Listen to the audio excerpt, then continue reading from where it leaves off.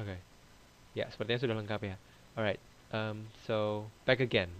Today we're going to be talking about the last part of structure one that talks about components in a sentence. Right. So previously we talked about different kind of words, and then we also have, what if some words are put together, but it's an incomplete kind of combination, meaning that it doesn't have a subject and a predicate, such that it is called a phrase. So we have words, we have phrase, right? Now this part is actually also a kind of word, only a little advanced one. And later on, we're going to be talking about agreement. Okay, so today we're going to be talking about these two chapters. Yeah, originally when I'm teaching the entire course, I mean like in Taiwan, I normally switched it up. Like I put this agreement stuff like way in the back, and I put auxiliaries before phrases because it's just how you do it. I mean, in order to have phrases, you should combine different kinds of words, right? Now, I just, my opinion is it would be better if you guys learn all kinds of words and then learn phrases, and also learn all kinds of tenses, then learn agreement. So you will later on find out what agreement is all about. Because in Hong Kong's case, I'm not switching it up, uh, simply because the three different tenses. I'm not saying that it's easy, but this agreement thing, it tends to get you. It's it's a stronger one, meaning that it normally gets students confused easier. So yeah, I hope after this session, this is our last session. So I hope after this, yeah, you can continue with the homework. I'm sure everybody has started working on the homework, yes?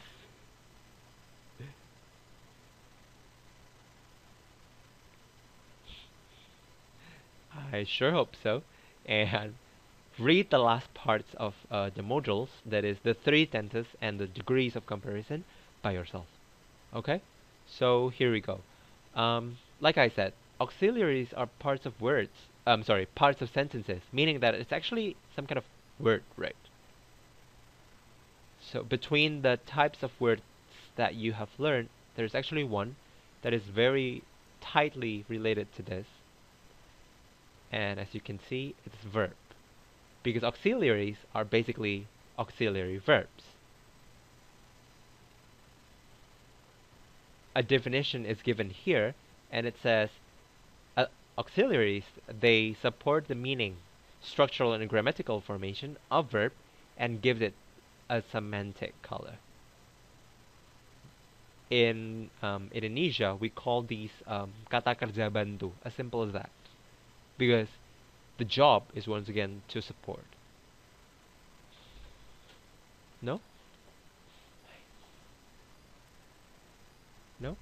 So semantic is like a logical meaning.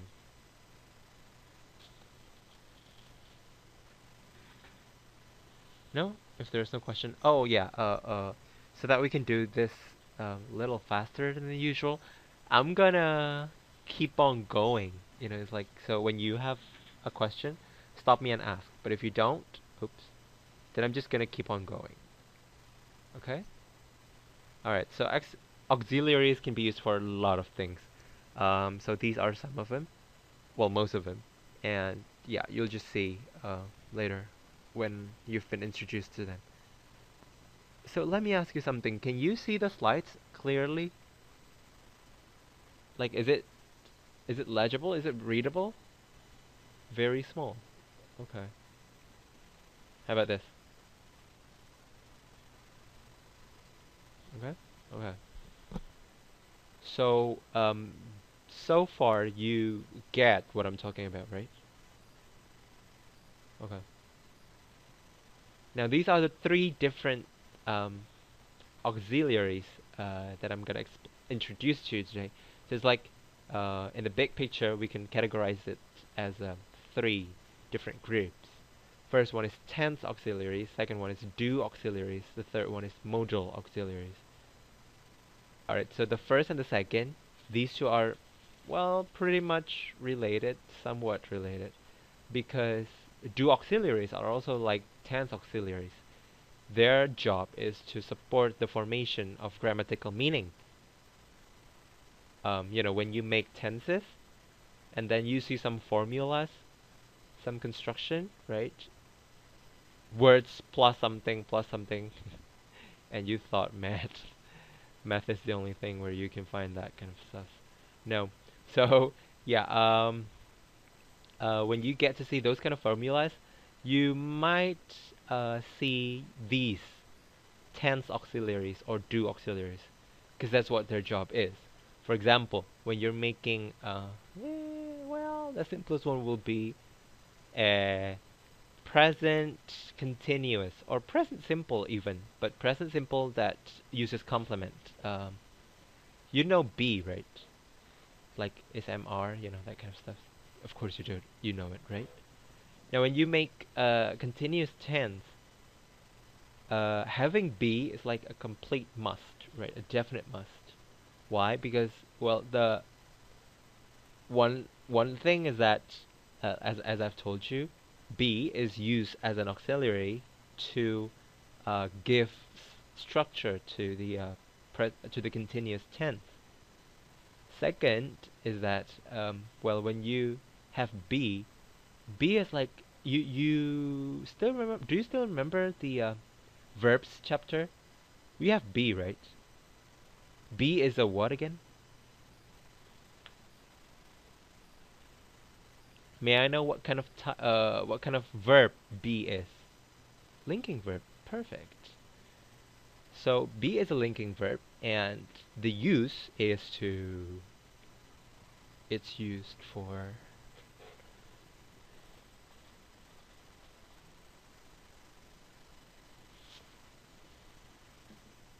Cool. Siti Parija.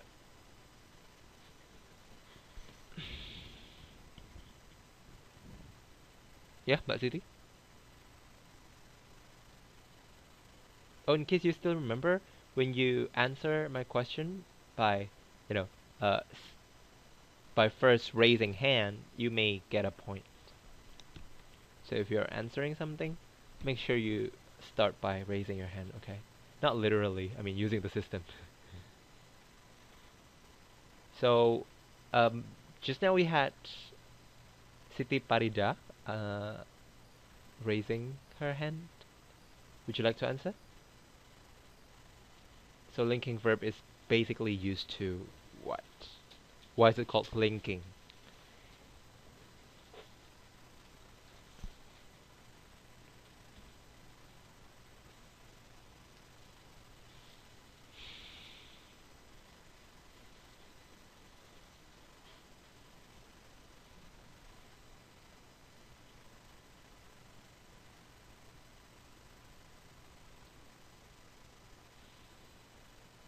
Mm-hmm. Still waiting. No. Well, the truth is, we don't have any word that is imperative. We have imperative sentences, but not imperative words. Okay. Kita nggak punya kata perintah ya, yang ada kalimat perintah. Kalau kata perintah itu, tapi bukan itu juga, itu imperatif namanya. Kalau linking verb buat apa gunanya? Coba saya nanya Siti deh, salah, Fitri Suciati deh. Oke. Ya, sip. Menghubungkan suatu objek dengan keadaan, gitu kan ceritanya. Jadi, condition. Mohon maaf, Mbak Iti sudah dijawab, jadi nanti lagi mungkin ya. Emmy sama Fitri, sebentar, dirimu ini mahasiswa sini apa bukan sih? Gimana saya caranya tahu ini benar-benar mahasiswa atau bukan? Nanti saya kasih tahu, saya dikasih tahu ya. Let me know if who your true identity is. So when you say linking verb, that's a verb that is used to link, right? Meaning that well, it doesn't have a real meaning. It's not a real verb because it does not really represent an action, right? Ooh, too noisy. Okay. Okay, soon. See you soon. See you soon. Right. And another way to describe it is that it is used to show condition, which is true. So it's like when you're explaining, when you're using the present continuous tense, later on you'll learn about it in module 8. You will get to see that the basic usage of present continuous is to illustrate a process, right? An activity that is going on, that is in the process, in the middle of happening. So you're basically describing a condition, and that's what to be is for. Now to go back to this material, that's why be as linking verb can be categorized as a tense auxiliary because it is used to form tenses, right?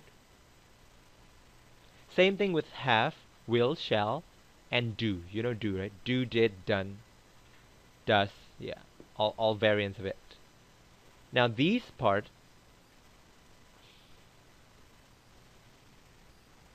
are different from the modal auxiliary in that the modal auxiliary does not have to be in a tense to make the tense the tense.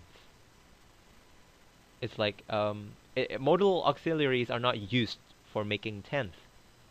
They are added into some tenses to give an additional meaning to it. Itu bedanya ya.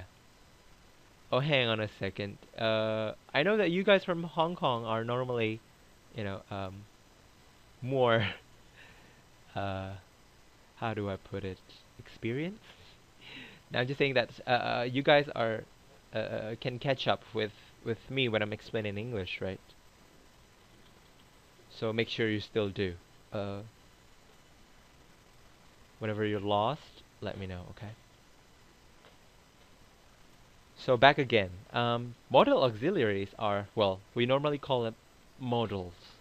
Things like can, may, might, should, would, and so on. These are modal auxiliaries. So unlike do, will, shall, have, be, they are not required for certain tenses, right? For example, if you have, if you see will is a definite part of future tenses, right? Simple future tense. That's why it's in the category of tense auxiliary. Okay. But in the end, they are all auxiliaries. Kata kerja bantu. Okay. All right. Next. So because we have learned about the previous ones, I mean, like be, do, we've learned about that quite some periods, quite some times. So we're gonna spend the rest of the chapters talking about modal auxiliary. Okay, you'll get to see them again. I mean, the tense aux and the do aux later in the tenses part, in the tenses chapters. But now we're moving on to modal auxiliary. Okay, so like I said, modals they are things like will, shall, would, could. You may notice that some of them are pretty similar, like for example, will and would. It seems like they sound pretty similar. Why? Because, what is that? Oh, okay.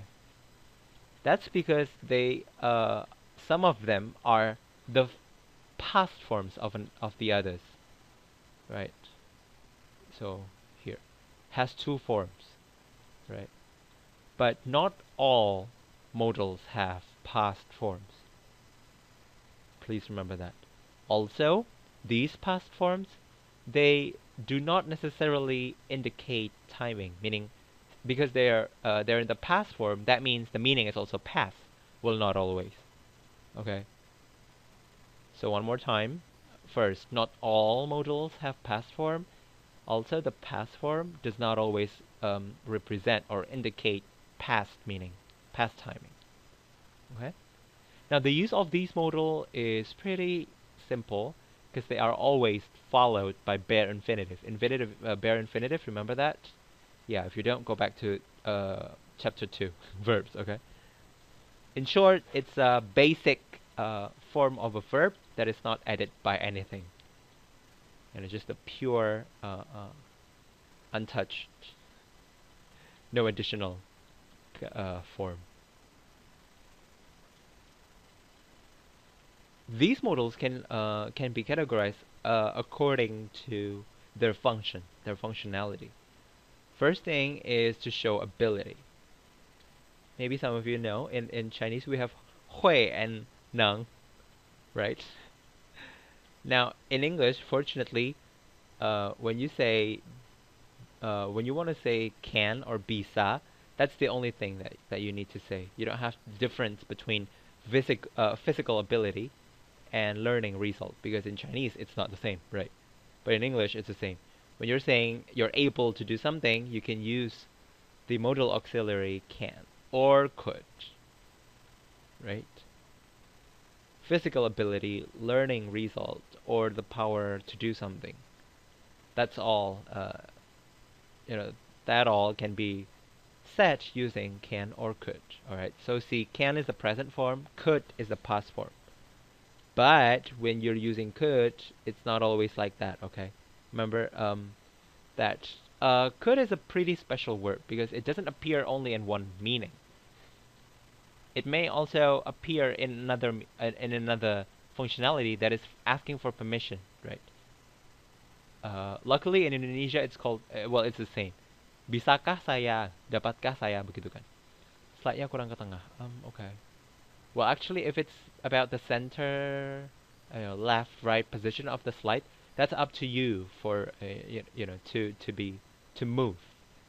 It's not up to me. Here in my screen, it's right in the middle, perfectly in the middle, and I have no scroll button. I mean, for the left, right. I do have for the up and down, but not the right and left.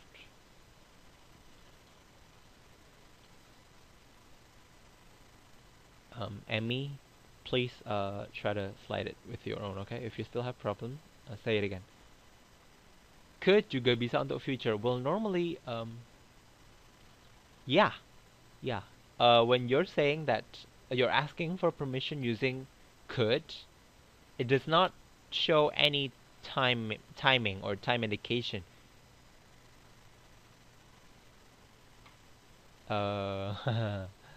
Well, maybe later on you can try to rewatch the video. I'm gonna post the video later after this, but for now I'm going as slow as possible. Okay.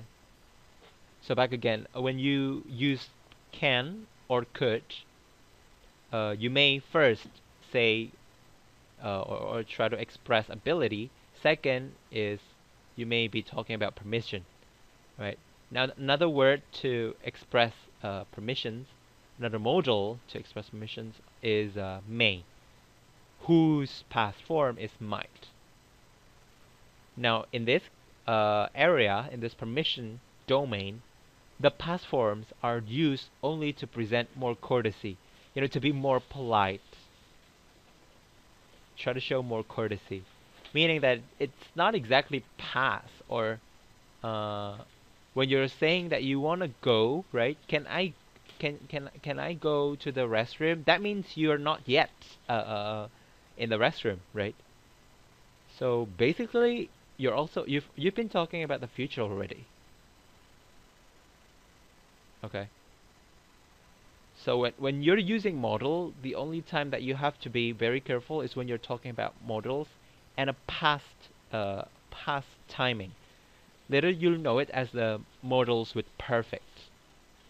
A little complicated, but I'm just going to tell you that here the form could and might, even though it is called the past form of may and can, it's not for past conditions, not for past times. It simply means that you're trying to be polite. That's all. Okay, can somebody help Gina? Now next. Previously we talked about ability and then permissions, right? Now we talk about advisability. Advisability, when translated, it's like what someone suggests to you, right? An opinion that is shared with you right? Hello? Can somebody help me? Gina said, are you guys like not together? I think not. Maybe not. Some of you are not in the center, right? Oh, good. Yeah, good. Okay, so when you talk about advisability, it's like you want to suggest something that you think is good, right? You have a recommendation that you want to give to someone else, right? That's what advisability is all about. Okay, that's why you use these three. You can say should, ought to, or had better. In Indonesia, it's all called lebih baik bagaimana, sebaiknya bagaimana, right? Advice, right? There are some examples here. I should go now, or I ought to go now. I had better go now. It's all the same, right? Should, ought to, and had better. It's all the same. The meaning is all the same. Just remember that when you use had better, it's had better. You will never find have better or has better. Okay, this is fixed. Had better, and then oughta. Oughta is a package. You basically cannot left out the two, unless it's a negative or a question here. So if you say you want to ask someone, sebaiknya saya nanti pergi ke konser nggak ya, for example. Then you can say, should I go to the concert later tonight, or ought I go to the what is that again? Concert tonight. Now, when you're using ought, you okay, thank you for the information. When you're using ought, you do not have to add the two only when the sentence is a question, an interrogative, or a negative one. This is another example. Jimmy ought not to have taken. This is ought not to, right? If you want to write the to, it's okay, but you don't have to. Because this is let's just say this is a spoken English way to make it a little easier to say it. However, when it's writing, when it is writing that you're making, then please make sure you do not left out the to. Okay, this form is only in speaking, but when you're writing, you have to write down to. When you use out, you have to say ought to, even in negative questions. Eddie, question?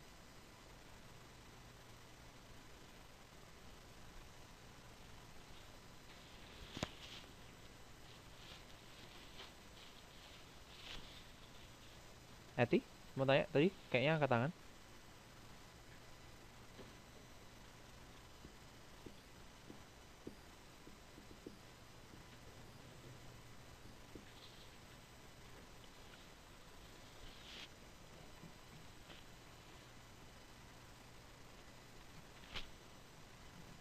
Enggak ya? Enggak jadi ya nanya. Tadi kayaknya mau angkat tangan, tadi mau tanya angkat tangan soalnya. Oke, saya next dulu ya. The next thing is necessity, keperluan gitu ya. Tapi keperluannya tuh artinya siapa ya? Lebih kepada ya karena perlu jadinya harus dilakukan gitu kan. Hah. Itu maksudnya. Karena perlu dilakukan makanya jadi harus. Oke. Kalau misalnya perlu doang, sebenarnya kamu bisa pakai need. Need itu juga sebenarnya termasuk modals juga ya, tapi jarang dipakai. I mean, we sometimes say you need not worry. That means you don't need to worry. But I'm pretty sure you don't get to hear that a lot, right? People say you don't need to worry. You don't have to worry. Not you need not worry. That's like very, very small use. Okay, but there is. It exists. All right. So back again. Necessity here means harus gitu ya, which in English can be expressed using these three: must, have to, or have got to. Okay.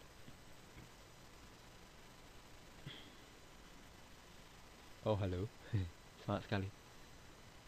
Alright, so the use is pretty simple, but just remember that have here, it acts the way it normally does.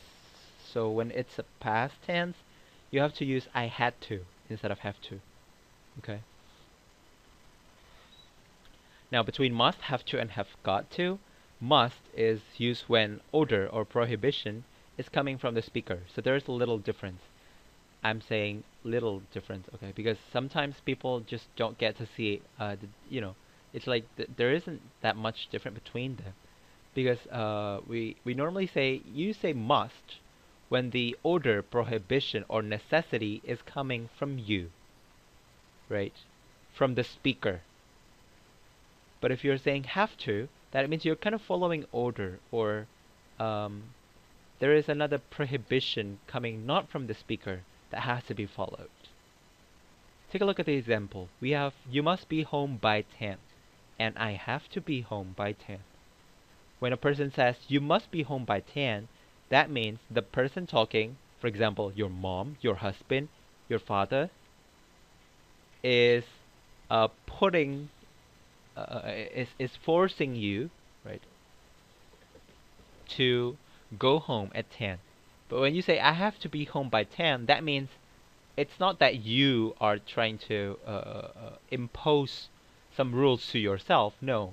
But I have to be home by 10 because, let's say, my kids are waiting for me, because my boss is looking for me, right? So the necessity does not come from you. That's when you use have to. But when you're saying that according to you, it is something that must be done, then then you use must. Clear enough? Okay. Okay.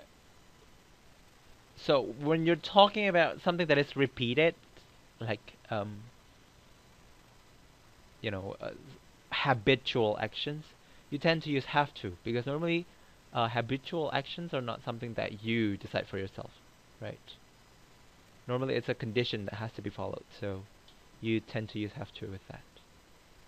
And final, in the end, we're talking about these differences, right?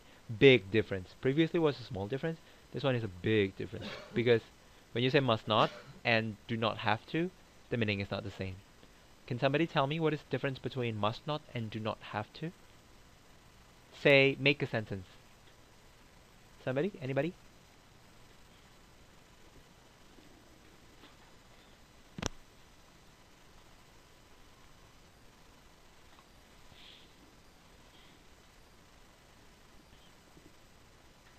It's alright.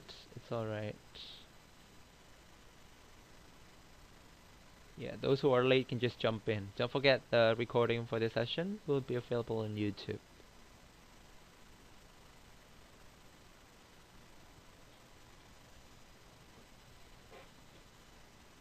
Anybody?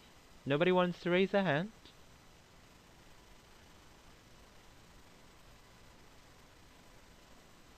I must not throw.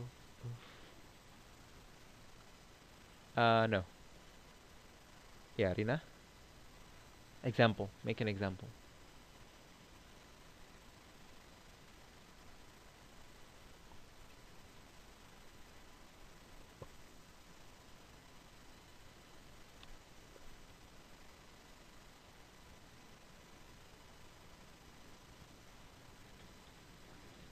When you're saying must not, that means you're telling yourself the necessity is coming from you. Jadi yang mengharuskan itu dirimu sendiri.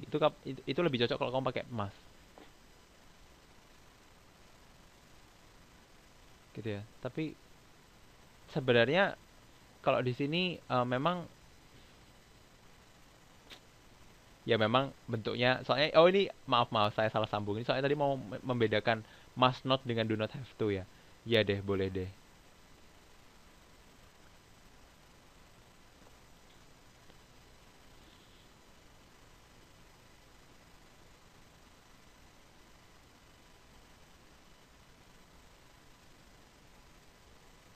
Saya kalau misalnya di pengumuman biasanya bilang, langsung aja bilang do not litter, selesai. Iya, ya kan. Tapi terus bedanya sama do not have to gimana? Tadi Rina angkat tangan kayaknya. Gimana bedanya? Tuliskan dalam satu kalimat. Coba sih, coba kita coba suara ya.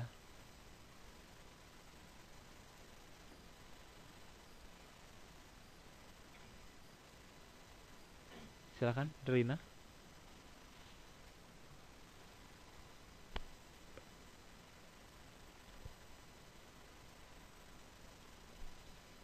Hasn't picked up.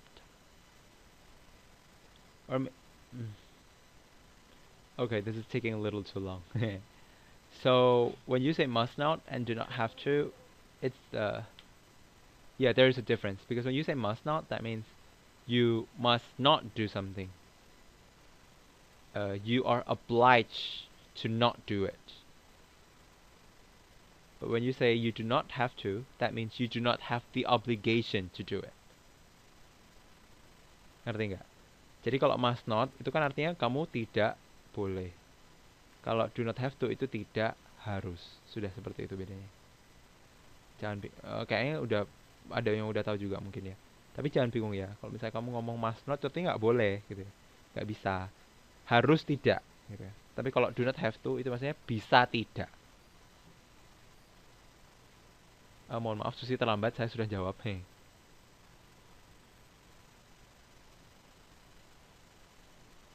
I must not. Kalau misalnya kamu pakai must, pakai modals, itu belakangnya jangan pakai bentuk ke berapapun ya. Pakailah bentuk ke satu saja. Nggak usah tambahin apa-apa. I must not say rude itu adjektif. Rude things to uncle, gitu ya. Oh ya, silakan Susi.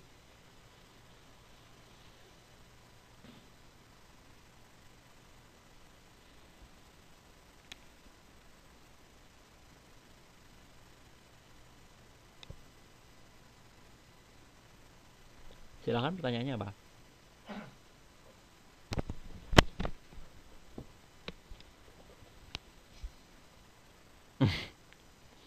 Itu expression sih, artinya bukan itu. Dan karena ini sebenarnya lebih sering kamu pakai have got to ketimbang must, karena ini artinya juga sangat casual.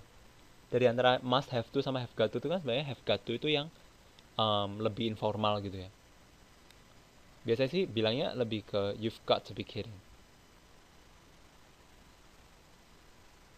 Artinya apa? Artinya sesuai yang itu sih. Tapi maksudnya benar-benar kamu nggak boleh bercanda, bukan. Kamu harus bercanda, bukan gitu. Artinya kamu bercanda ini. Ini kamu barusan pasti bercanda deh. Maksudnya kayak gitu. I must not give you that question. Okay. Hati-hati spellingnya. I sebaiknya ditulis pakai huruf besar. Okay. I must not give you that question. Okay, thank you. Sudah yang ngasih contoh. Gitu ya. Next. Nah, yang terakhir ini adalah suggestion. Nah, jadi mungkin sedikit mirip dengan advice. Yang tadi kan ada advice kan. Ini kok ada suggestion dulu. Terus bedanya gimana? Sebenarnya kalau advice itu kan lebih kepada apa ya? Sesuatu yang kamu percaya itu lebih bagus gitu. Ya kan? Itu sebenarnya bedanya advice sama suggestion. Maksudnya kamu benar-benar advice itu kamu tahu bahwa itu bagus dan kamu memberikan rekomendasinya. Kalau suggest kan ya so-so. Kamu merasa bahwa itu bagus tapi benar-benar belum tentu.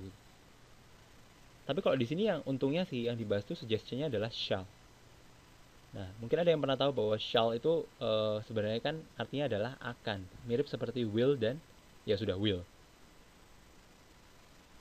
Tahukah Anda bahwa shall itu adalah bentuk present dari should, gitu ya? Gina, question?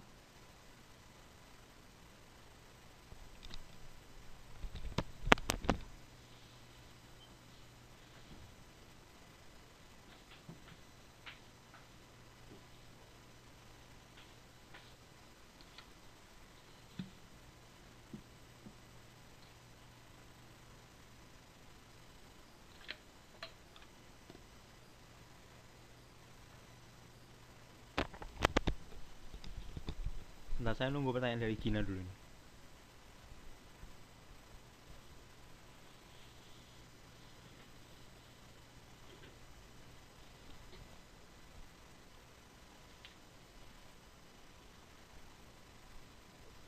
Really? You don't have to?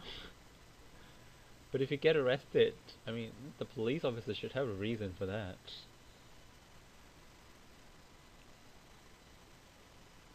Sambil nunggu pertanyaan Gina, saya ulang lagi deh. Jadi pokoknya shall itu adalah bentuk sebenarnya, itu bentuk present dari should, gitu ya. Tapi dia lebih jarang dipakai. Kenapa? Karena satu, kalau misalnya kamu mau menyatakan akan di masa depan gitu kan, untuk future tense ini kan, kamu akan lebih sering pakai will. Shall itu dipakainya cuman bersama dengan I dan we. Oke. What? Must? What is must? Oh, must. Balik lagi berarti. Sebentar. Ini shall-nya saya selesaikan dulu ya.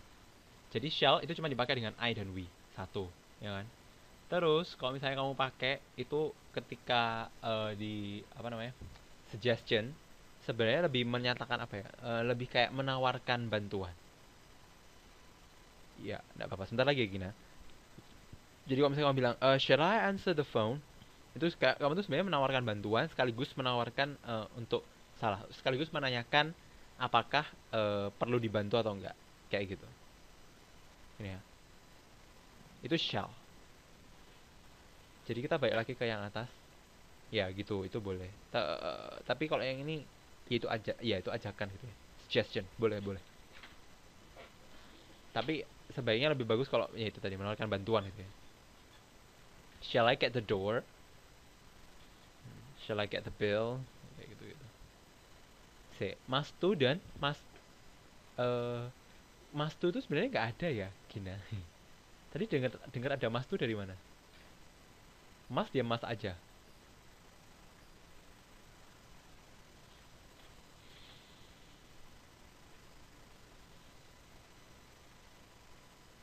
Mana?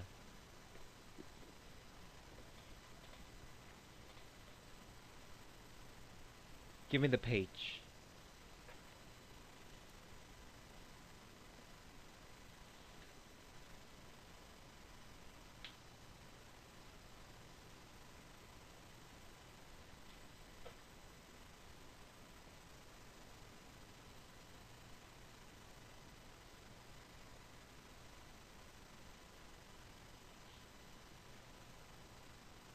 Huh? Storybook?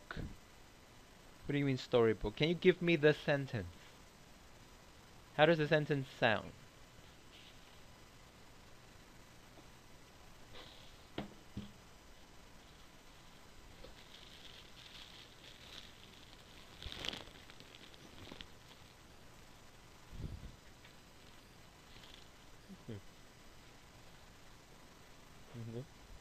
Cake dalamnya.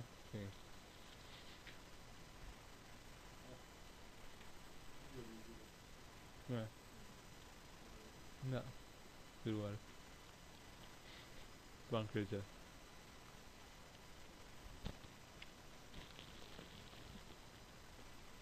Nggak ada. Nggak ada. Itu nggak ada, Gin. Kalau misalnya kamu bilang mas itu dipakainya langsung dengan kata kerjanya. I must be able to do this thing. Gitu ya. Saya harus bisa gitu ya. Oke, ada pertanyaan lain? Kalau tidak ada, selesai sampai sini materi auxiliaries-nya. Kita lanjut ke agreement.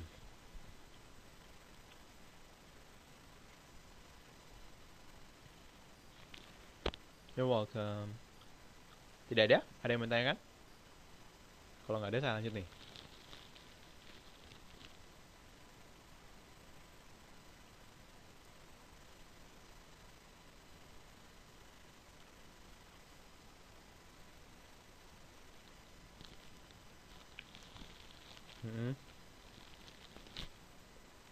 Silakan, langsung aja, Mbak.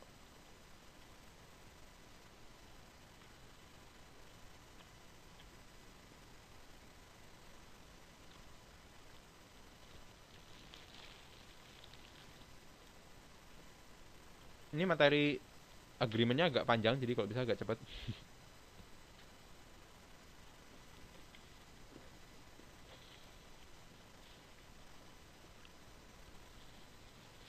Kok jadi till and until ya? Ini nggak ada hubungannya sama modul berarti. Apa sih? Mas? Apa sih? Must have to, aku jadi bingung. Should, shall, are, those. Huh? Verb plus. Oh, maksudnya kalau itu yang itu tadi dipakainya langsung aja sama infinitive, ya betul. Cuma perbedaannya apa? Gak ada sih, kependekan aja. kalau maksud kamu sebagai preposition ya, mungkin kamu kalau misalnya kamu lihat sebagai preposition, till itu sebenarnya artinya ya mirip kayak until. Cuman kalau misalnya arti yang lain tuh sebenarnya dia kayaknya punya deh. Jadi ada arti lain yang lebih jarang kelihatan ya. Coba coba saya cekkan sebentar ya. Laci uang mesin kas ya itu. Till tuh ya till lebih tidak formal betul. Tapi kalau until L-nya satu aja ya.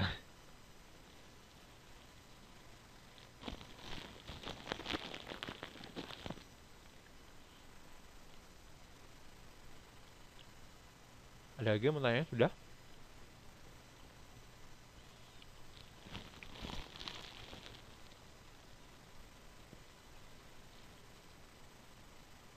Hmm.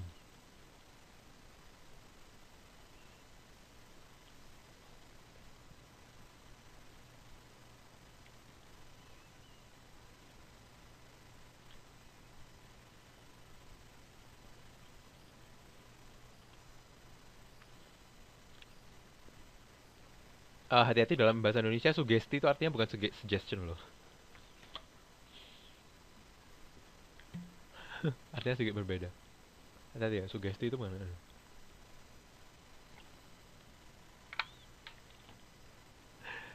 Myth ya? Nggak myth juga sih. Sebenarnya artinya itu bisa, cuman jarang, Mbak. Kalau misalnya Anda bilang dalam bahasa Indonesia, suggestion itu apa? Saran. Pendapat saran itu lebih cocok. Kalau Anda bilang sugesti, biasanya dalam bahasa Indonesia kita lebih sering memakai itu sugesti itu sesuatu yang diberikan kepada diri sendiri gitu. Misalnya saran yang diberikan kepada diri sendiri itu lebih lebih terdengar seperti sugesti. Kalau yang Anda maksud adalah suggestion, bilang aja saran daripada salah.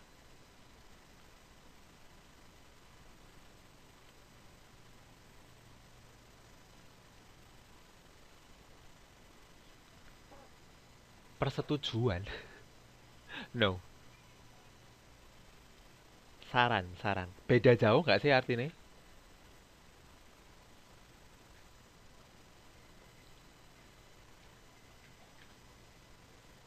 Coba coba Anda perhatikan.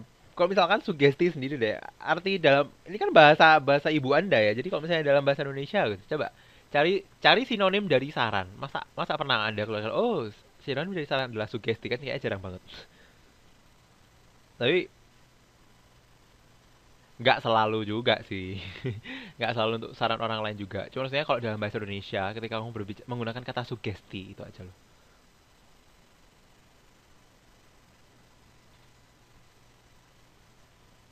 Sudahlah, pokoknya suggestion itu adalah saran, udah gitu. Usulan, usulan bisa.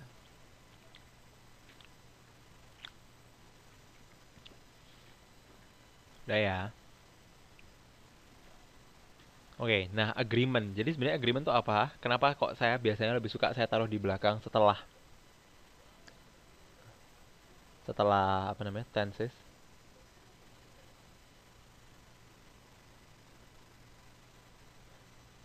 Apa sih? Meminta apa secara sopan?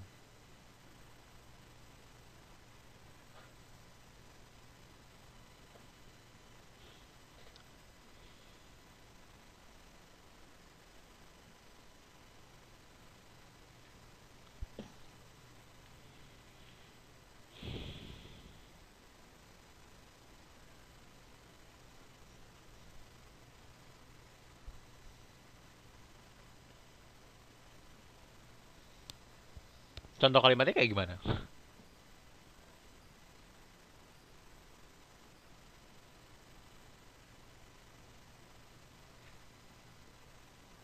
Gimana caranya kamu meminta orang untuk melakukan sesuatu dengan should? Meminta loh ya, bukan menyuruh loh.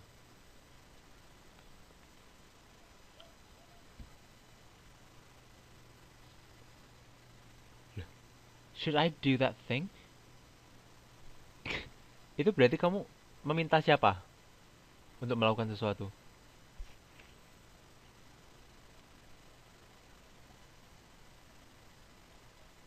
Hah? Saya jadi penasaran. Sebentar, Endang, dirimu punya Endang satu ini kan? Ya. Sepertinya pakai laptop dan sudah cari tempat yang ini kan? Sedikit tenang gitu ya. Jadi saya pengen dengar. Enggak, serius. Maksudnya kalau misalnya kamu memang lagi ngomong sama saya gitu ya. Maksudmu kamu ngomong you gitu. Ya bisa jadi itu berarti saya maksudnya. Cuman artinya apa? Kenapa bisa should I do that thing jadi ada hubungannya dengan meminta saya melakukan sesuatu? Di kalimatmu tuh kamu cuma nge-refer ke kamu sendiri kan? I.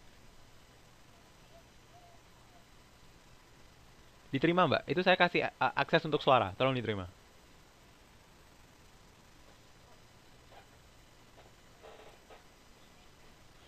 Oke.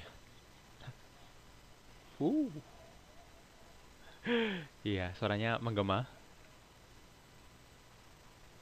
Oke, saya nggak ngomong dulu, kamu ngomong mbak.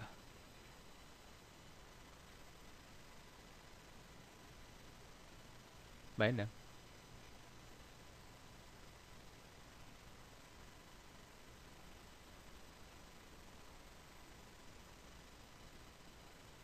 Loh, kok malah suara saya yang kedengeran doang?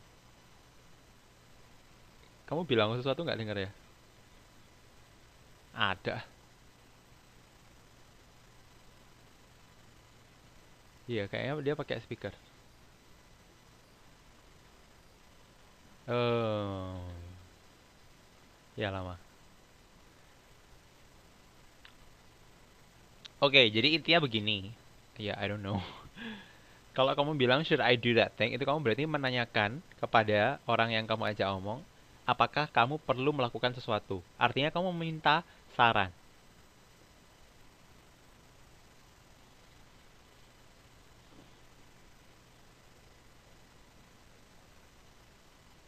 Gitu. Should itu kan tadi kan untuk apa? Suggestion kan? Advisability itu bukan sih tadi? Nih. Ya kan? Makanya kalau misalnya kamu bilang saran, should I, ya berarti ya kamu minta saran kan? Gak ada hubungannya sama minta orang untuk melakukan sesuatu. Apa hubungannya? Gitu ya. Oke, jadi agreement ini sebenarnya saya taruh di belakang biasanya karena ada hubungannya sama tense, berhubungan sekali gitu ya. Untungnya kalau oke lah, Anda kan sudah dapat basic untuk kata kerja, kata benda kayak gitu itu udah punya dasarnya, jadi harusnya bisa. Agreement ini sebenarnya bukan bukan bentuk grammar tertentu atau bukan kata atau sesuatu yang bisa dipakai di bahasa Inggris ya. Agreement ini adalah konsep. Konsep kesesuaian yang harus Anda patuhi dalam grammar English. Kalau di Indonesia nggak ada. Jadi kalau Indonesia mau subjeknya siapapun gitu ya, mau kayak gimana pun situasinya ya biasanya saya makan ya udah saya makan aja. Mau siapapun yang makan, saya, kamu, dia, kami makan bareng juga semuanya tetap makan gitu kan. Tapi kalau di bahasa Inggris kan enggak. Maka ini adalah namanya agreement. Kesesuaian antara subjek dan objek. Sebenarnya yang paling agreement yang paling dasar itu. Makanya nanti Anda lihat tipe pertamanya adalah namanya subject verb agreement. Gitu ya. Ini ada contoh banyak banget. Nih kan, semuanya tahu kan kalau misalnya I ya berarti harusnya pakainya have gitu kan. Tapi kalau she atau he ya berarti jadinya drinks pakai s. Terus kalau ternyata makannya itu kemarin ya pakainya I had rice. Gitu kan. Kalau kamu mau ngomong punya dia laki-laki ya berarti harus his bukan her. Kayak gitu-gitu. Oke. Okay? Seperti yang saya janjikan adalah yang pertama namanya subject verb agreement. Ini masih yang basic. Yo I will toh nak. Tergantung nanti kamu lihat di future tense itu sebenarnya ada. Besok itu besok kayak gimana? BTW besok yang baku pakai O ya, bukan U.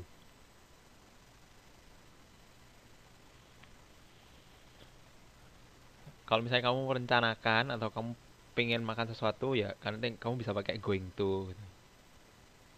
Kalau misalnya kamu memprediksi sesuatu, kamu bisa pakai will. Nanti lihat deh di materinya present tense ya. Oke, jadi basic subject verb agreement. Yang pertama, singular versus plural, gitu kan.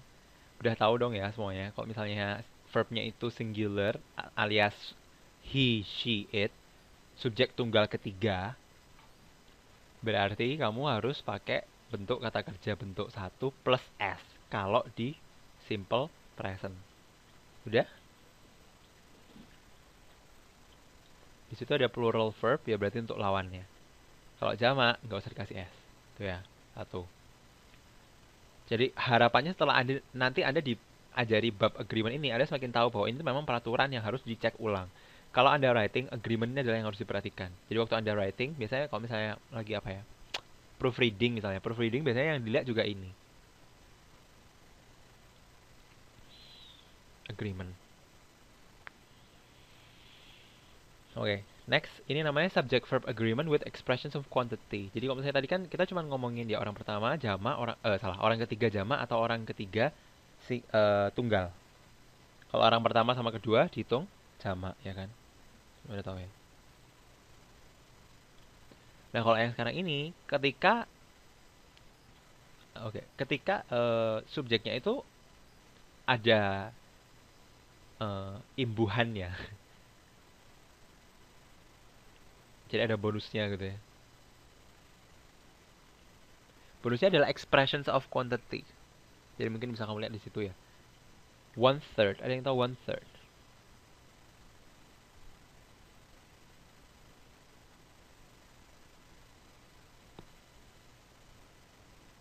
Oke, sepertiga, sip. Ada yang bisa bantu jelasin kenapa one third yang di sebelah kiri sama one third yang sebelah kanan tuh bisa beda?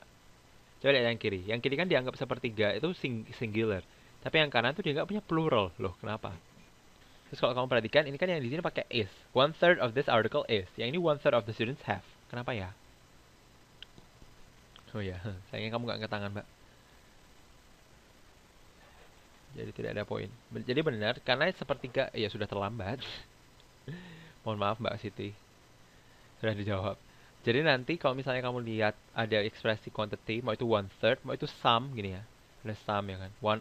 Yang kayak gini-gini ini. Ini Anda harus lihat kata bendanya dulu kayak gimana. Kalau kata bendanya adalah kata benda tunggal ya, atau kata benda yang tidak bisa dihitung kayak gini kan. Non count noun, mass noun.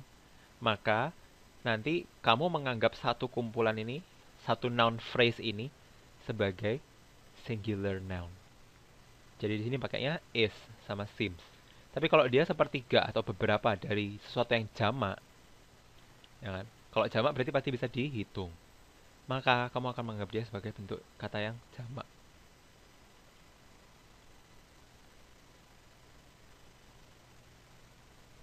Perkecualian untuk yang bawah-bawah. Kalau misalnya kayak one of, each one, everyone, ini pasti dia adalah singular. Nggak mungkin dong one of tapi jadi plural. Nggak ada. Namanya aja one of. Tuh ya. Kalau waktu kamu pakai none yang ini, none itu sebenarnya perbedaannya adalah kamu kalau misalnya kamu coba bentuk resmi, biasanya kita lebih pakai bentuk yang singular karena memang none itu nothing gitu ya. Itu dianggap sebagai suatu objek yang tunggal. Tapi kadang-kadang kalau misalnya kamu bilang, oh none of the students are working, ini juga boleh, tapi informal ya, informally, casually. Dan di sini kita punya number of workers dan a number of workers. Sorry tadi nggak kebaca. Jadi ini the number of workers, ini a number of workers. Kalau the number itu jadinya tunggal. Kalau a number jadinya banyak. Kenapa ya? Ada yang tahu?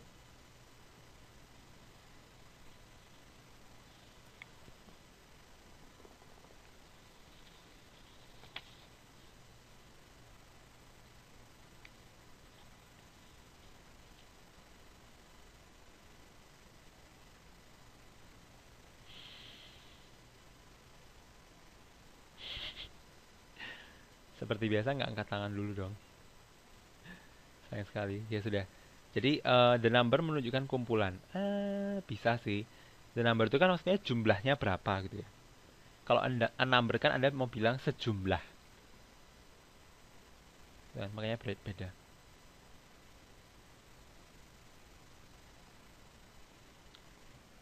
Gitu ya. Kalau jumlahnya ada banyak ya bisa aja. Misalnya kamu we have different numbers from different groups of the students misalnya kayak gitu. Ya. Ada yang punya masalah lain dengan Mbak Eti? Suara saya kurang jelas.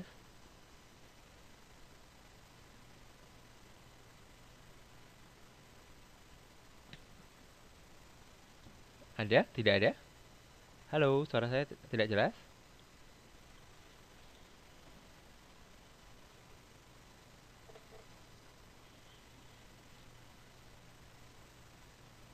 Yellow. Anybody? Somebody? No?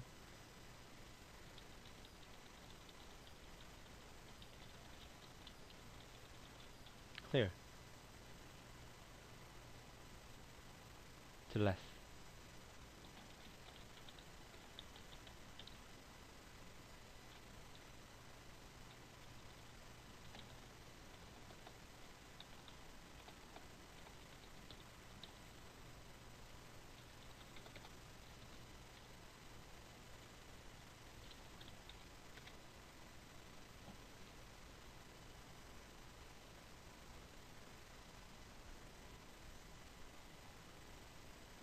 Jadi saya lanjut dulu yang berikutnya ya. Nah ini kalau tadi kan kita sudah ngomongin ketika jumlahnya itu ada imbuhannya, ada imbuh-imbuhnya ekspresi angka itu ya. Kalau yang berikutnya, ini kita ngomongin there. Semua tahu there tuh ya. There itu kan artinya ada gitu kan. Ini ngapain angkat tangan? Ada apa, Mbak Siti? Oh, nggak ada suaranya. Masa sih?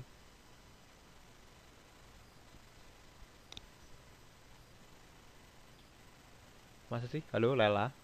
Nggak ada suaranya. Kok kayaknya banyak banget yang bermasalah. Tapi masalahnya ada yang jelas. Kalau ada yang jelas itu berarti sebenarnya dari sini ke sana jelas. Kalau misalnya ada satu aja yang jelas, itu berarti saya ke server sudah jelas. Server yang ke Anda yang bermasalah. Gitu kan? Maksud saya server itu adalah with IQ-nya.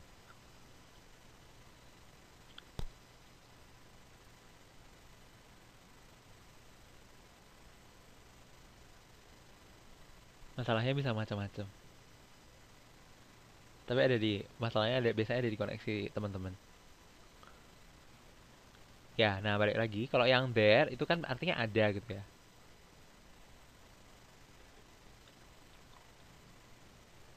Huh. Ya, saya cukup menyayangkan. Coba saya tanya yang di ini deh, yang di GITC ada masalah tah? Saya kalau misalnya ada yang nggak ada masalah, berarti sebenarnya dari sini baik-baik aja. Saya nggak ngerti mesti ngapain.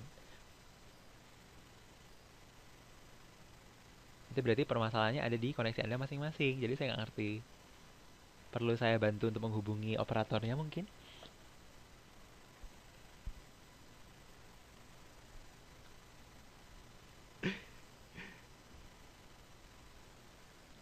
Oh iya, Mbak Endang sudah langsung ngomongin bike sama bikes. Betul. Jadi lihat aja ya. Kalau misalnya Anda mau menyatakan ada dan adanya itu ada banyak, ya berarti there-nya diikuti dengan jamak. Bentuk jamaknya to be, are. Kalau misalnya satu, ya berarti pakai tunggal. Ingat ini tidak ada kalau di child itu tidak ada child pakai s ya. Ingat. Ya, ini bentuk jamaknya.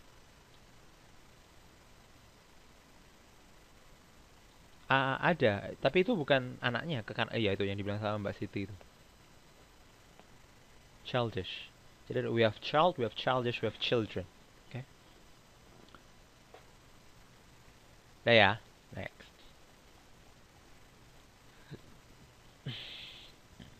Adjective.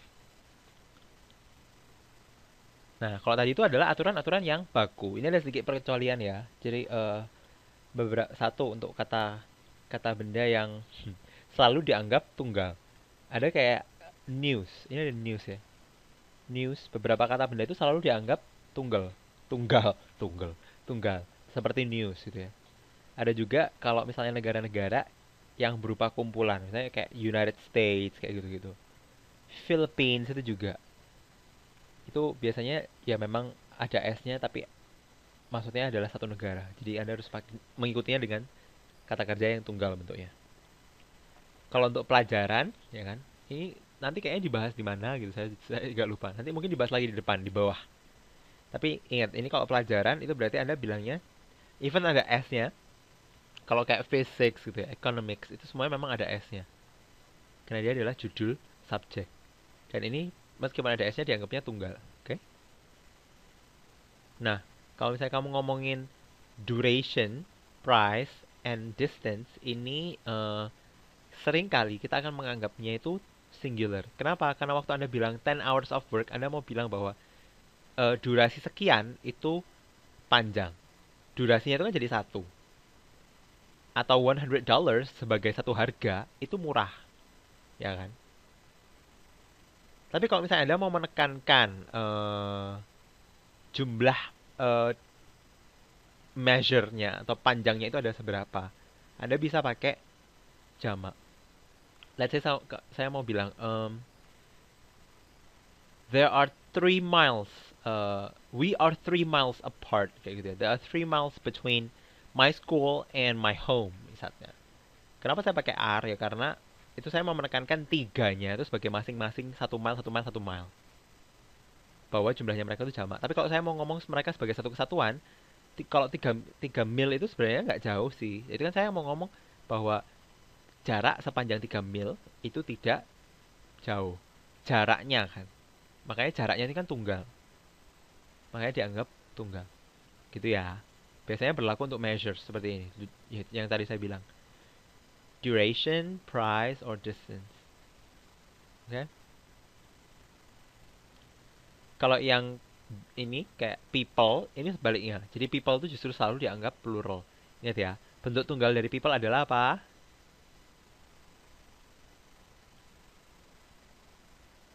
Person. Thank you. Ya, sayang sekali Anda lagi-lagi tidak angkat tangan. Kalau police itu juga kayak gitu. Police ini by default dianggap apa tadi? Plural.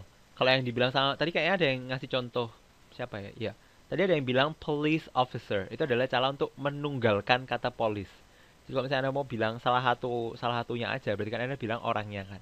Maka Anda bilang police officer. Police officer itu tunggal.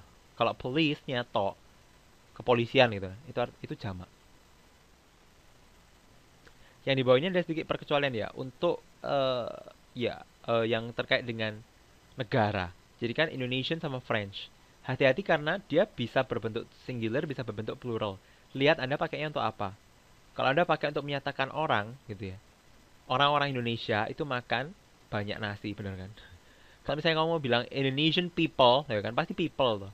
Maka Indonesian ini sebenarnya juga adalah bentuk jamak. Tapi kalau Anda ngomong bahasanya kan cuma ada satu. Makanya kamu bilang Indonesian is tunggal, my native language. Tuh ya. Hah? My books are new. Itu aja bilangnya. Oke. Sekarang kita masuk ke jenis agreement yang kedua, namanya pronoun agreement. Sebelum itu ada yang mau tanyakan dulu mungkin? Sebenarnya tadi di paling atas tadi sudah ada contohnya. Tapi yang masalah ini dulu. Jumlah-jumlah ini, subject verb sudah jelas? Ya, new books. Benar.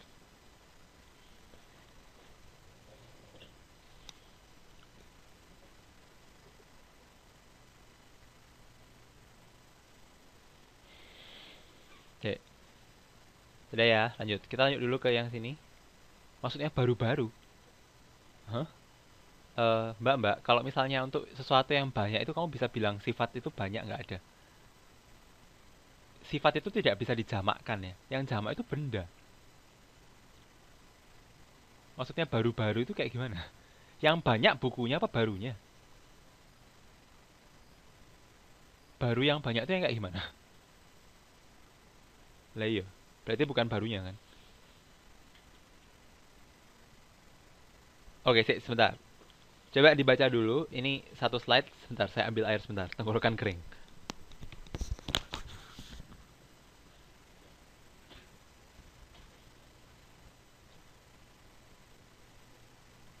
Oke, ini ya. Jadi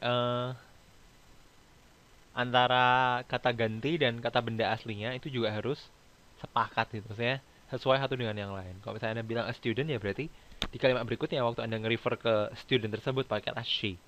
Tapi kalau studentnya ada banyak, maka di kalimat berikutnya Anda merefer ke students, ke siswa-siswa itu sebagai they. Gini ya. Oke. Kalau nounsnya itu generic, ini ya, kita lebih cenderung pakai pengganti he sebenarnya. Jadi bukan she. Kecenderungan. Ya kan? Kalau di sini kan a student is working in the library. For example, you know for sure that it's a girl. So you say she is writing a paper. Tapi kalau misalnya enggak, biasanya kita akan bilang he, lebih condong he. Kalau misalnya kamu nggak tahu dianya cewek apa cowok, maka kita akan bilang he. Misalnya kamu bilang a person should not worry too much about about about what to wear. Misalnya kayak gitu. Terus habis itu di kalimat berikutnya kamu bilangnya apa? He should care more about what he can do, misalnya. Pakainya he kan? Gitu. Cenderungnya pakai he. Tapi ada tren baru, biasanya ditulis dua-duanya. Kayak gini. A student is working on his or her paper. Kamu mau pakai garis gini boleh, slash ini ya. Mau pakai his or, kamu tulis or, her gitu juga boleh. Lebih resmi. Oke. Okay. Agreement with indefinite pronouns. Jadi semuanya sudah tahu indefinite pronouns dong ya, sudah dipelajari kok. Nah, kalau misalnya indefinite pronouns kayak gimana? Lihat-lihat, dia kayak dia dipakainya di mana. Ya, ini ada formal, ada informal. Coba lihat. Somebody left his bike in the park. Everyone has his or her own bike. Itu formal. Kalau informal, biasanya kamu akan bilang bentuk plural. Somebody left their bike in the park. Atau everyone has their own bike. Itu cuman masalah formal sama informal ya. Perhatikan ya mana yang bisa seperti ini. Jangan, nggak semuanya bisa kayak gini loh. Apanya yang tahu Mbak?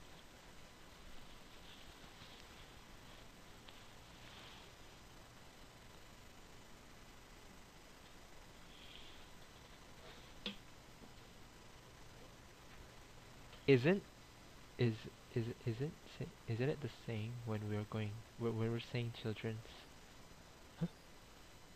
children? Oh yeah. Well, you can say children. Children are kids without seeing the masculinity or the femininity. Children is a unisex word.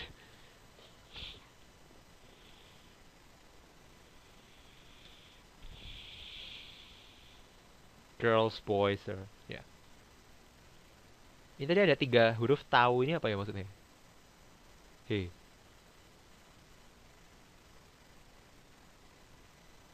Oh, son? No. Son itu tunggal ya, Mbak?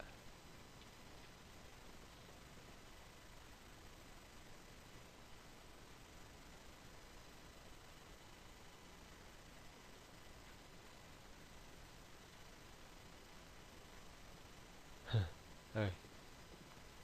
Ya, nah yang berikutnya ini namanya collective nouns. Kalau tadi kan, ya, wah, nggak terlalu susah. Kalau yang ini tuh collective nouns, jadi sambungan yang tadi, masih ingat kan ada kayak yang tadi itu police, people. Itu collective nouns, jadi kalau misalnya, sebentar. Kalau misalnya yang di sini ya, coba lihat yang di sini. Itu kita tuh sedang membedakan antara kamu mau pakai dia sebagai singular atau sebagai pluralnya.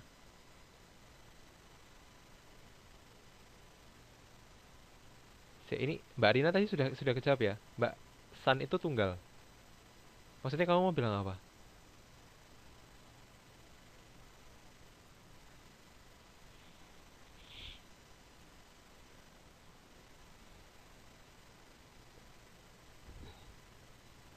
Saya sambil nyambung. Jadi kalau misalnya kamu bilang couple tuh isinya berapa? 2 kan ya?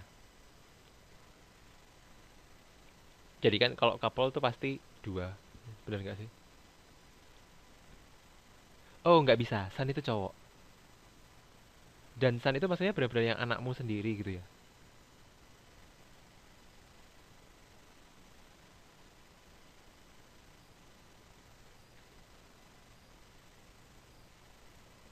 Kalau kamu mau bilang anak-anak in general nggak bisa pakai San.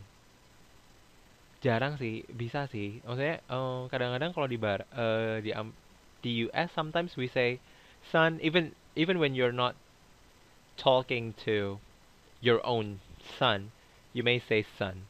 But that's just a figure of speech. It's not. Yeah, I can say it's a spoken and very informal kind of English. You don't normally address a kid that is not your own son, right? No way you're gonna say there are many sons in the park, right? Many children play in the playground. Tite. They play hide and seek.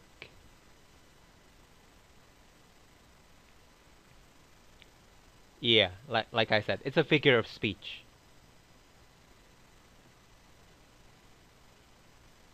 Tapi even maksudnya kalau misalnya kamu mau bilang like father, like son, oh itu lain lagi.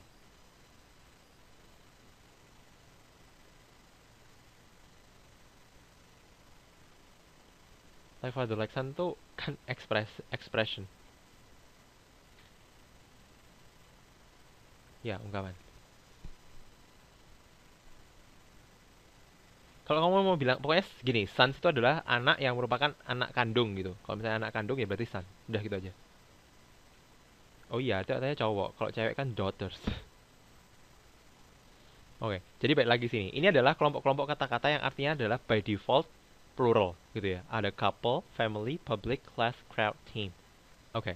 Nah, ini itu adalah kata-kata yang ditulis di sini ya. Yang pasti yang ditulis di sini itu adalah mereka yang bisa dipakai sebagai singular dan plural. Kenapa? Karena meskipun mereka menyatakan kesatuan gitu kan.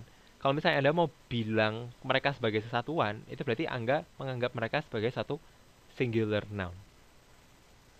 Tapi kalau misalnya kamu mau nge-refer ke masing-masing anggota dari kesatuan ini, maka kamu akan menganggap mereka sebagai plural yang jamak dong ya.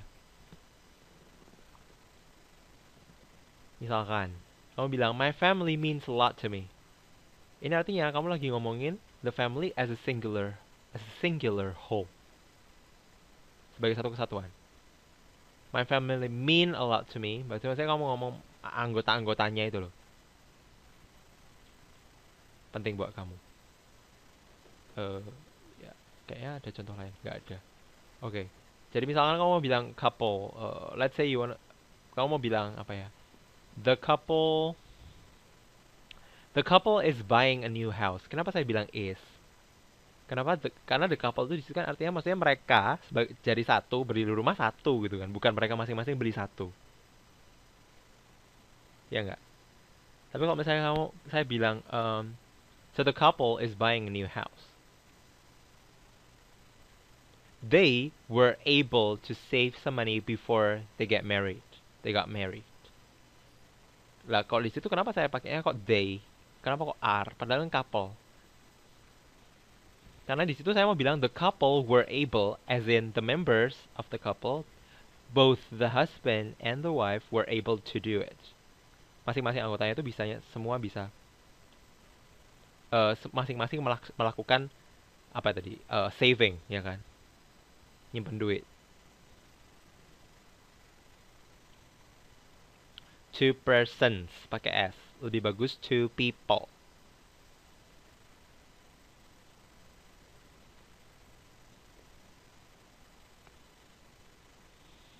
Dah gitu ya. Nah kalau yang berikutnya ini tipe pronoun yang kalian mungkin sudah pernah dengar juga. Namanya refleksif. Kalau refleksif itu kan ya refleksi, pantulan begitu. Maksudnya mengarah ke diri sendiri. Kalau misalnya dalam satu kalimat Anda mau bilang ada satu subjek, terus subjek itu melakukan sesuatu pada dirinya sendiri. Itu Anda pakai refleksif pronoun. Refleksif pronoun juga nggak boleh salah. Kalau misalnya Anda pakai I, ya berarti nanti refleksif pronounnya adalah my. Kalau she ya her dan seterusnya. Hati-hati ya kalau misalnya plural di belakangnya jadi self pakai VES. Oke. Ya, next pattern untuk penggunaan reflexive pronoun ada yang di bawahnya 4 biji itu ya. Jadi kamu bisa bilang I looked at myself in the mirror. Itu maksudnya satu, kamu melakukan sesuatu pada dirimu sendiri kan. Dua, itu kamu juga bisa bilang yang nomor 2 sama nomor 3. I myself open the door or I open the door myself. Maksudnya by myself. Maksudnya apa ya? Oleh saya sendiri gitu, nggak dibantuin sama orang lain atau bukan orang lain. Itu yang kedua. Jadi satu, refleksif pronoun dipakai ketika menyatakan suatu aktivitas yang dilakukan ke dirinya sendiri. Dua, menyatakan dilakukan sendiri oleh subjek. Begitu. Yang ketiga, ini cukup spesial gitu ya, karena artinya adalah alone. Jadi kalau misalnya kamu bilang I live by myself, ya itu artinya saya tinggal sendiri. Bukan saya tinggal oleh saya sendiri, enggak gitu. Maksudnya by myself itu saya tinggal sendiri, alone. Atau mungkin ada yang pernah dengar lagu All by myself, ya itu. Maksudnya sendirian gitu.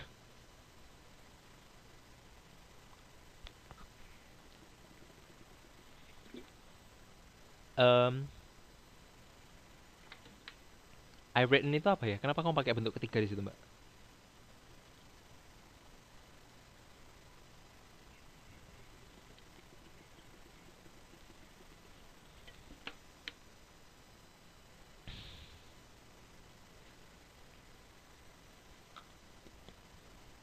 Bisa. Makanya saya nanya, tergantung maksudmu kamu mau ngomong apa. Nanti kan maksudnya itu nanti akan tercermin dalam grammar yang kamu pakai. Kalau yang ditulis sama Mbak Siti Farida sama Mbak Endang itu benar. Tapi kalau I written itu ya kurang tepat. Meskipun pemakaian by myself-nya benar.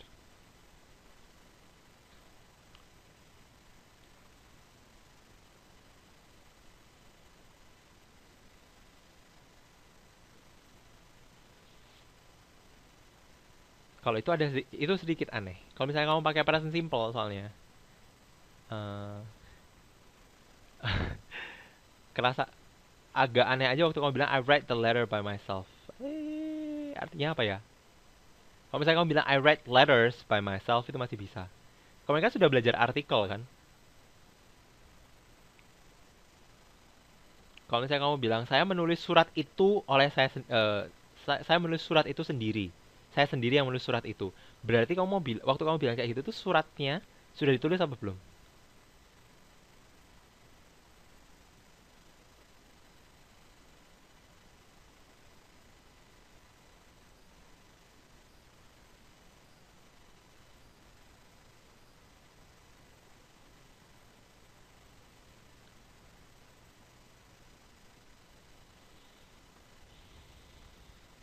Hmm?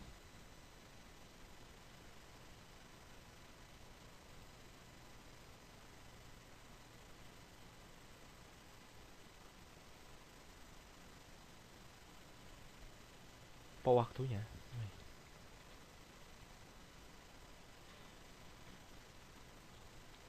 Kalau kamu bilang I write letters by myself pakai present simple itu masih masuk akal. Kalau kamu bilang I write the letter by myself itu sedikit aneh karena ya itu. Kalau misalnya kamu bilang saya sendiri yang menulis surat itu, kira-kira suratnya udah ditulis apa belum, Vera? Eh, letter sama letter itu lain lagi ya. Siapa? Lela. Perhatikan spellingnya. Myself itu juga tidak dipisah. Myself itu disambung ya, teman-teman. Sudah. Berarti mungkin nggak kalau misalnya kamu pakai present simple? Oke lanjut. Wah, ini wis nyambung ya. Tadi tahu nggak apa salahnya Mbak Vera tadi? Kalau misalnya kalimatnya Mbak siapa tadi? Mbak Milana, Mbak Milana. Coba kalimatnya Mbak Vera dibenarkan, tapi tetap pakai ini ya, tetap pakai present simple.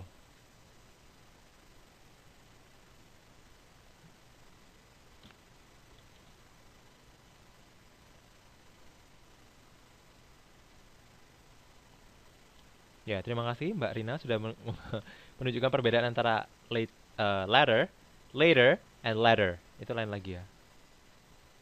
Tiga hal yang berbeda. Oke, jadi ya, ini tadi yang alah.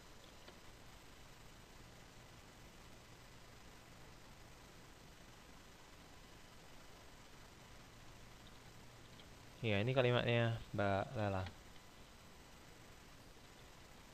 Ada yang bisa betulkan?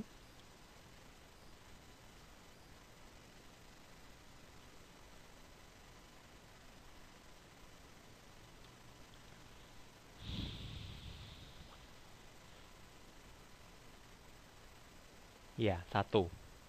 Kalau misalnya Anda nggak mencoba untuk bilang sendiri, itu nggak perlu pakai by.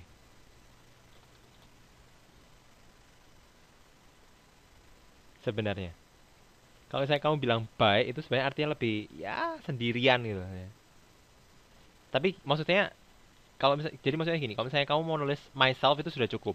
Kamu kasih by juga kita ngerti kok maksudnya apa. Jadi bisa tuliskan kayak gini.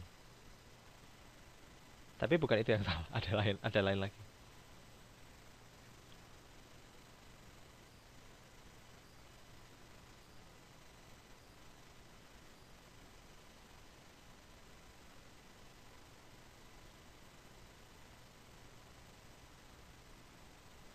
Ingat ya, jadi ini saya menyarankan Anda lebih pakai yang ini. Saya sarankan. Lebih bagus grammatically. Karena Anda mau menekankan bahwa Anda sendiri yang melakukan kegiatan itu. Bukan Anda melakukannya waktu sedang sendiri gitu kan.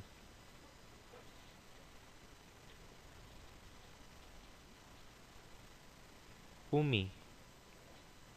Angkat tangan, mau benerin sesuatu? Enggak. Tadi saya mintanya ini kalimat ini dibenerin tapi nggak ganti tense-nya. Tense-nya masih dalam present simple.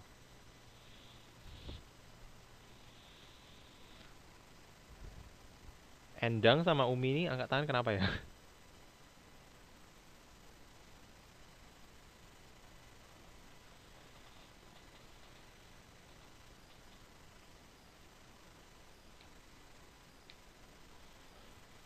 Tetap dalam present simple, woi. Ngapain ngasih sebutin semua jenis grammar yang ada di dunia yang nggak membantu saudara-saudara. No. Myself itu disambung, sekali lagi tolong. Refleksif itu disambung ya. Jangan dipisah my sama self-nya.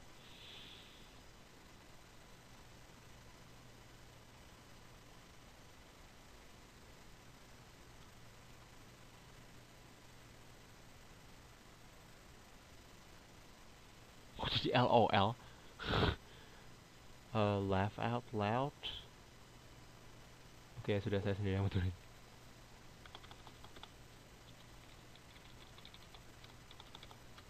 Nih, kalau kayak gini masih masuk akal.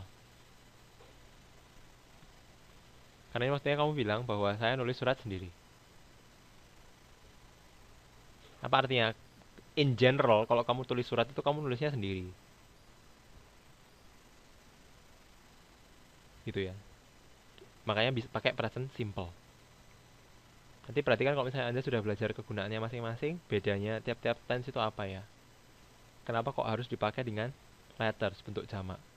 Terus kalau udah dipelajari lagi bentuk-bentuk yang kemarin. Jamak, artikel, gitu-gitu. Nyambung semuanya. Baik, lagi kita ke agreement. Nah, jadi yang berikutnya ada yang namanya one and you. Jadi sama-sama impersonal gitu, indefinite. You itu kan juga artinya bisa maksudnya ketika Anda bilang ini lebih kepada pembahasan tulisan sih. Jadi biasanya kalau misalnya Anda menulis sesuatu gitu ya, lalu Anda mau berbicara kepada orang yang sedang membaca tulisan Anda. Jadi ceritanya benarnya apa tuh? Ini yang benar. Kalau pakai present simple ya. Kalau misalnya kamu mau pakai yang lain-lain, tense yang lain juga nggak apa-apa. Misalkan kamu mau bilang, oh suratnya sudah saya tulis. Misalkan sebelumnya kamu nulis itu dibantu sama orang. Jadi kamu bilang, oh kalau yang sekarang saya sudah nulis suratnya itu sendiri. Nih.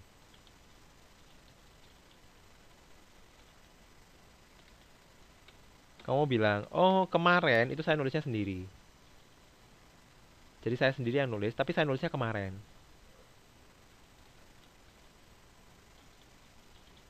Nah, gini. Semuanya ini boleh, cuman tinggal beda maksudnya aja. Yang nggak ada adalah I written. Subjek sama verb 3 tuh nggak ada. Iya, masih ingat nggak? Waktu bab artikel itu kan kita sempat ngebahas ya. Bedanya kalau misalnya ada the-nya, ada e-nya, atau ada banyak, generic, kayak gitu-gitu ya. Beda kan itu. Nanti coba lihat lagi ya. Terus ada one sama you, itu kalau misalnya tadi itu ya dalam tulisan Anda mau ngomong sama orang yang sedang membaca tulisan Anda. Biasanya kan bisa pakai one atau you gitu. Tapi kalau one itu biasanya lebih resmi. Kadang juga kamu bilang one itu artinya lebih kepada generic gitu ya, generic meaning. Dan dia jauh lebih formal. Secara teori dibilang, kalau misalnya kamu ngomong sama orang yang kamu ajak ngomong atau tadi saya bilang ya dalam tulisan kamu ngomong sama orang yang Anda bicara, kalau Anda pakai one, ini ada ini. Sense of social superiority. Maksudnya kamu kayak ngomong dalam posisi yang lebih tinggi gitu. Kamu memberitahu begitu. Misalnya.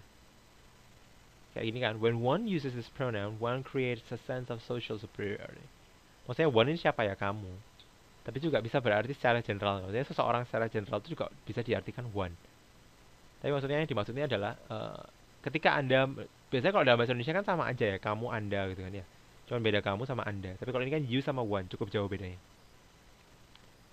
Tapi kalau misalnya kamu mau pakai jalan tulisan yang ya in general lah, Kalau misalnya when you're trying to refer to your reader, you try to appeal to your reader, when you try to talk to them, maybe the use of the word you is better. Jadi lebih baik pakai you.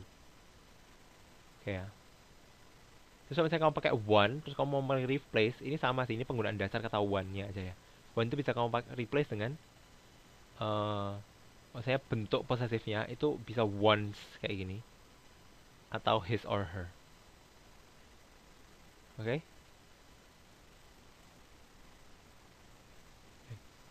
Nah, berikutnya adalah Anda belajar cara pemakaian other. Sebenarnya penjelasannya nggak panjang, tapi in short kayak gini deh. Jadi kalau misalnya bingung, coba dibaca-baca lagi. Jadi kalau misalnya others itu ada beberapa bentuk kan. Yang pertama ya other itu sendiri. Tapi kita belajarnya pelan-pelan.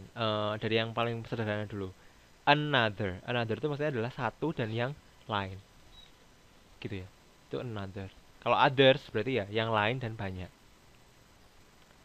Makanya di situ yang pertama, the students in the philosophy class come from different provinces.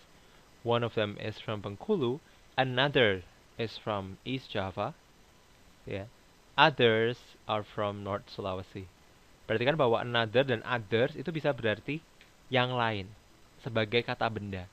Kalau misalnya Anda mau menspesifikkan bendanya apa, ya nggak apa-apa. Misalnya di sini coba lihat another student, disebutkan another student.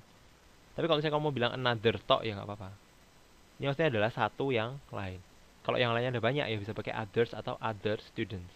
Kalau misalnya Anda mau nulisin kata bendanya apa.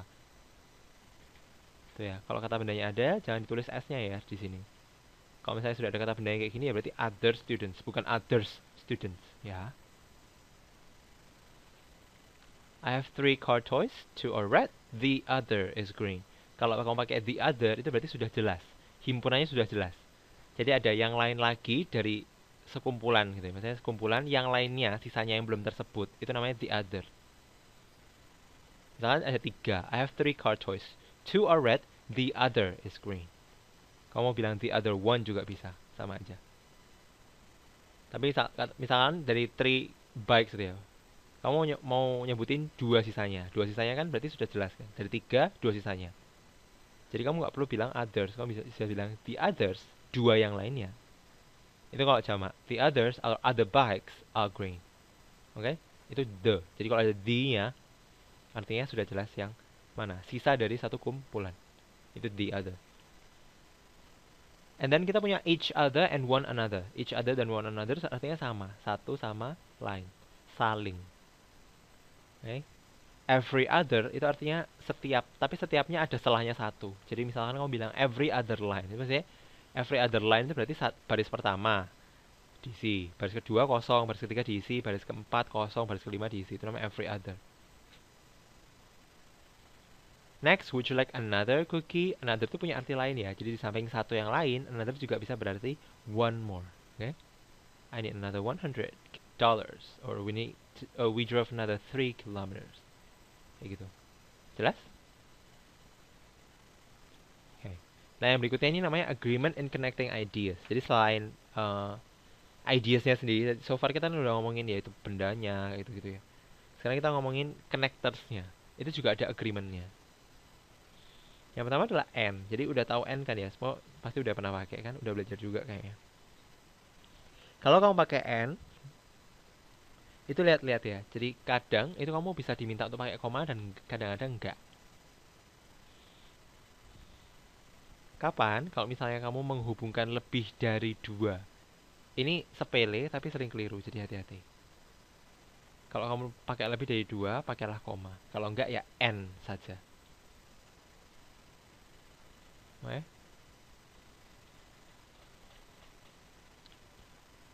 Koma itu juga dipakai untuk menghubungkan 2 independent clauses. Masih ingat nggak?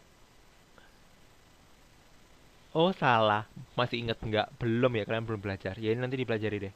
Di structure 2 nanti ya, independent clauses.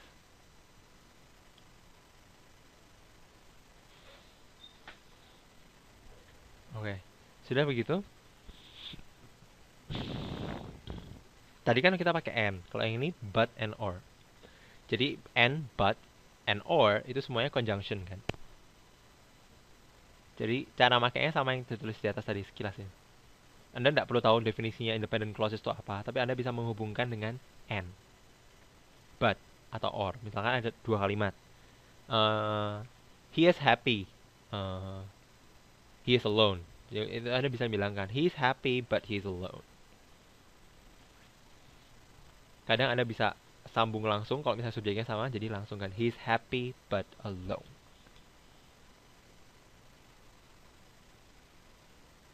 Gitu ya.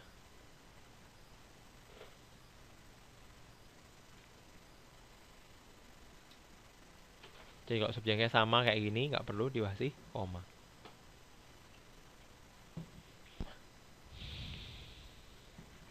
Oke, sudah? Jelas ya?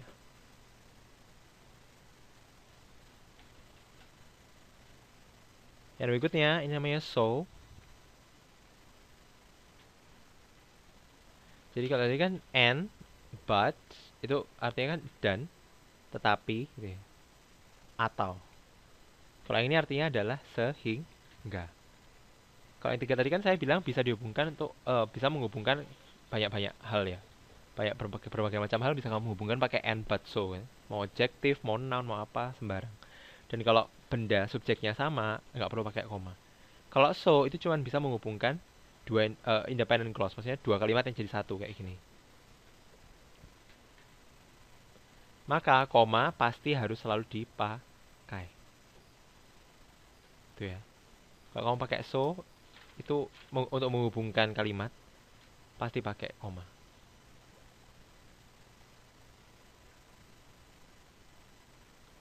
Next kita punya using and to, so, either, and neither. Gitu ya. Coba lihat satu persatu dulu itu perbedaannya kayak gimana.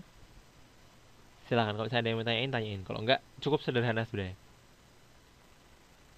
Ini tapi kalau Anda tahu bedanya.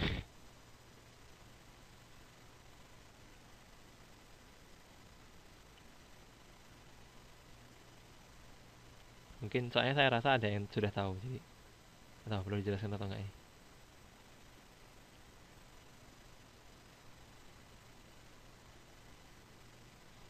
Jelas? Kayaknya nggak ada yang tanya, sudah nggak ada masalah berarti ini ya. Oke, ya next. Nah, jadi yang berikutnya ini adalah puncak dari materinya. Jadi setelah yang terakhir itu, tadi kan kita udah ngomongin berbagai macam hal yang dihubungkan. Oh, ada yang nanya. Siti?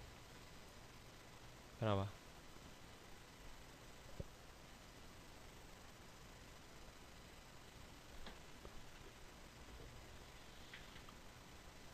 Ya, to and so itu untuk positif. Kalau neither and neither and either ya berarti untuk negatif.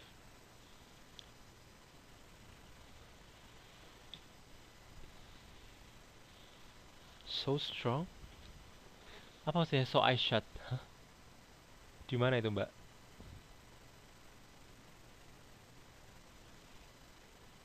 Contoh dengan menggunakan either, lah itu di atas ada. Either itu sebenarnya ada beberapa penggunaan ya. Ini yang dipakai untuk menyatakan juga di sini itu sebenarnya. Kalau misalnya kamu mau ngomong sesuatu yang negatif, terus kamu tambahin juga, itu kamu bisa pakai either. Jamie does not like biking. Well, Kurt doesn't either. Kayak gitu.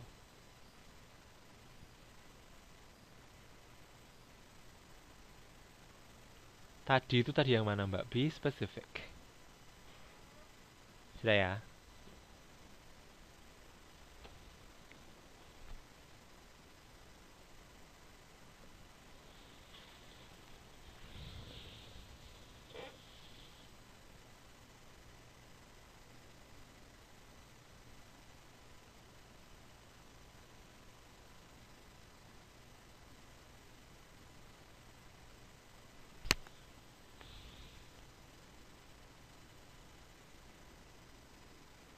Oh iya, memang selalu saya kirim nanti.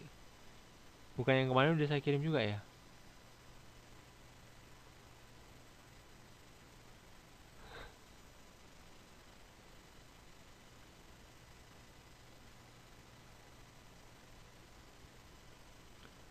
The wind-nya itu kurang to be, tapi udah benar itu. The wind is so strong, so I shut the window. Kenapa? Itu kan menghubungkan dua kalimat kan? Makanya pakai koma. Waduh, kurang tahu ya. Jadi addressnya udah saya terima dari ini sih, dari Mbak Mbak Emmy sama Mbak Eti.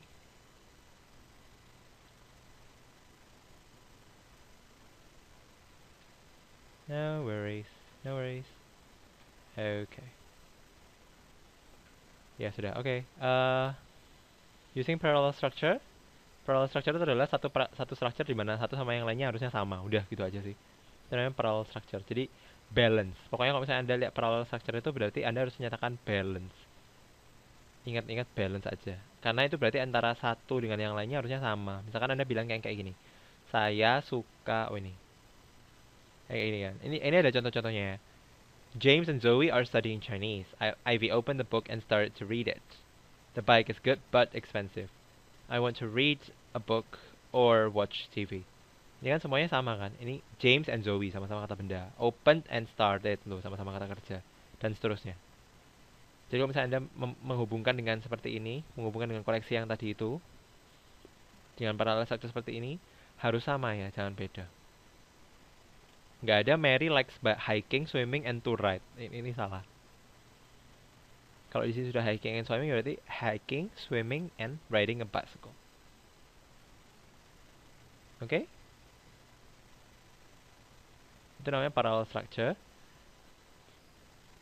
So with parallel structure, you just have to make sure that when you do have things connected with, well, comma or and or but or so, or well, not so, and but or, then please make sure all the components are in balance in the same form. That's all. And finally, this is the last slide.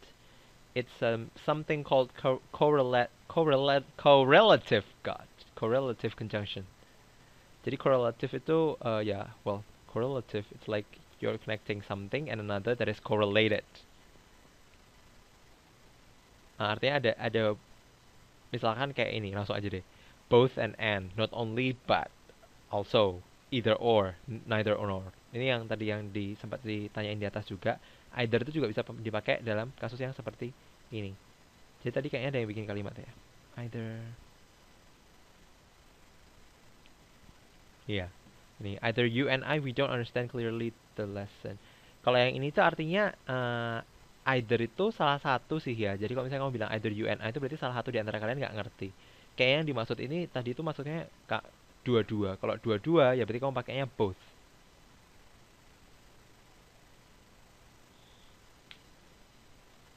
Either my sister or my parents are coming to the party. Terus juga oh iya ini tolong komanya dihilangkan ya. Jadi setelah either you and I itu nggak usah koma. Nggak perlu ada subjek tambahan lagi. Kalau we itu berarti kamu mau bilang itu tadi yang saya bilang both you and I don't understand the part clearly this lesson. Kayaknya maksudnya kayak gitu. Tapi lebih baik nggak usah diulang subjeknya. Oke, jadi kalau both itu artinya berdua gitu. Kalau misalnya kamu bilang both you and I don't really get this, misalnya kayak gitu. Atau either you and I doesn't really get this.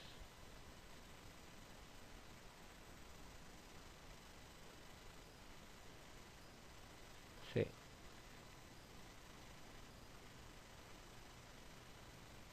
Kok either you? Saya lihat lagi mana tadi message-nya. Ah iya.